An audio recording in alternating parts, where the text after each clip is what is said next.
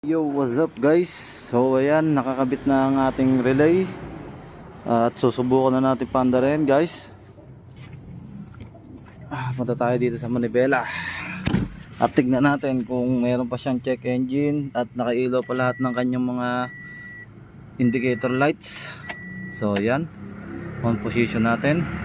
So ayan, kita naman natin guys, gumagana na yung sa dashboard nya at itong kambyuhan nya. So ayun, gumagana na rin. So start natin guys.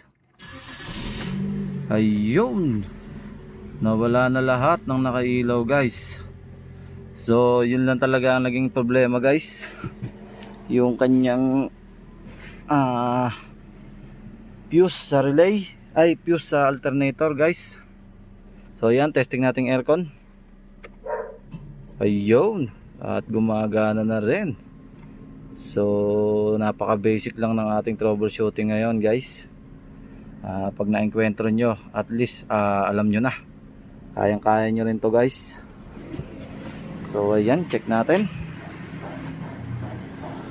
Ayun, tumandar na siya guys. Ayun.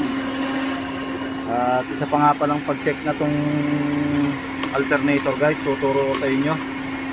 Ito, walang kayo ng yabe, so ingatan nyo lang guys baka tumama sa ikot. So idikit nyo lang siya sa pulley.